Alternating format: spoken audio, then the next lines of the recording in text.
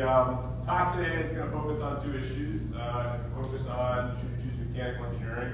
My experience is that many people at your stage of your life don't really actually know the difference between the different engineering fields, and so we'll go a little over that, what mechanical engineering is as opposed to something other engineering, and why I think it's a good choice. Not for everyone, of course.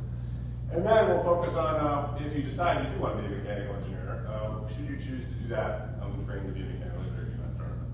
I'm Alex Fowler. I've been a professor at UMass Dartmouth since 1994, so it's a really, really long time. And I'm very pleased with what we do. All right, so here's the fields of engineering in general.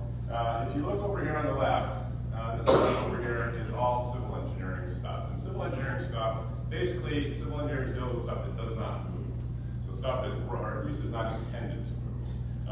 You think of things like roads, buildings. Skyscrapers actually do move, they actually sway, and they actually have special technology to keep them from doing that. They put giant cement blocks on the top and springs to keep them, otherwise they sway actually quite a lot, and it makes people sick, which is cool. But they don't do that because they prevent that. But in general, civil engineers would prefer that their structures do not move. It would be they'd be just as happy if the buildings didn't sway. This is, of course, the big dam. Of course, we don't want that to move too much. We'll like the water. Bridges are lovely. When they start moving too much, of course, you may have seen the Tacoma Narrows Bridge collapse, which is a famous bridge that did start to move, and it kept moving, and it moved and moved and moved until it actually pulled itself to pieces. So all the way on the left side is civil engineering, all these things that don't move, infrastructure of our society. And on the right side, you have electrical engineering, which is stuff that deals with electronics, so it's circuit boards, circuits. So far right, you have things like computers and telecommunications, your iPhone, your iPads. Those are all electrical engineering solidly. And then you get over here, you get kind of the interface between electrical and mechanical, because mechanical engineering deals with all the things that do move and use and consume power. So you're dealing with things like airplanes, all the tools are mechanical engineering design, cars, all the transportation stuff, trains, planes, and automobiles, that's all mechanical engineering. Generation of power is all mechanical engineering. How you make energy, how you generate it, that's all mechanical engineering. Another example of power generation here. So mechanical engineers make all the tools, we make all the things that move around, and so you get the interface right here. So with this kind of blurry picture, it's a little bit too small. That's a robotic manufacturing facility. So that's the interface. Robotics is a solid interface between mechanical and electrical engineering. Electrical engineers would design the circuitry and the computers that drive the robots. Mechanical engineers would design all the parts of the robot that actually move and do the job. So mechanical engineers, people who want to study robotics, would be well suited to go either into mechanical or into electrical engineering. Either of those would work just fine. Speakers, another example of the interface between mechanical and electrical engineering.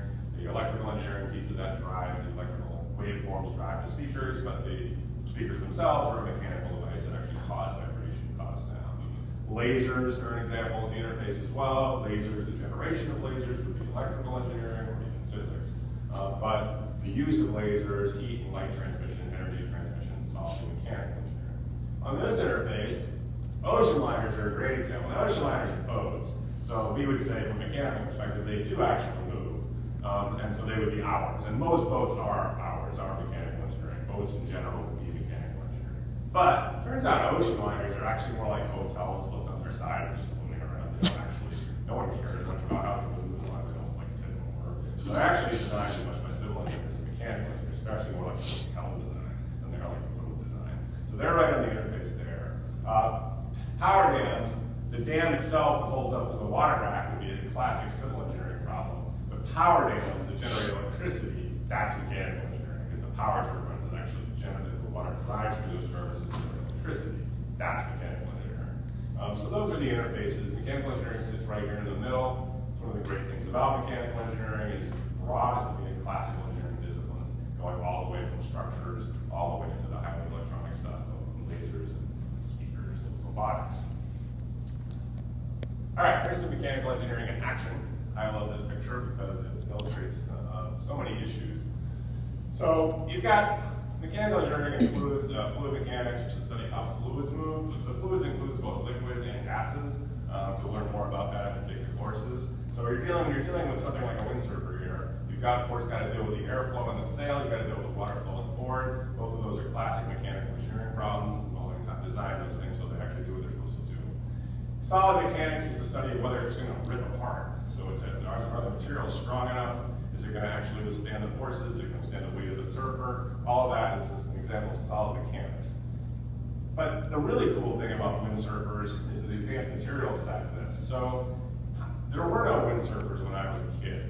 And it wasn't because no one had the idea of a windsurfer.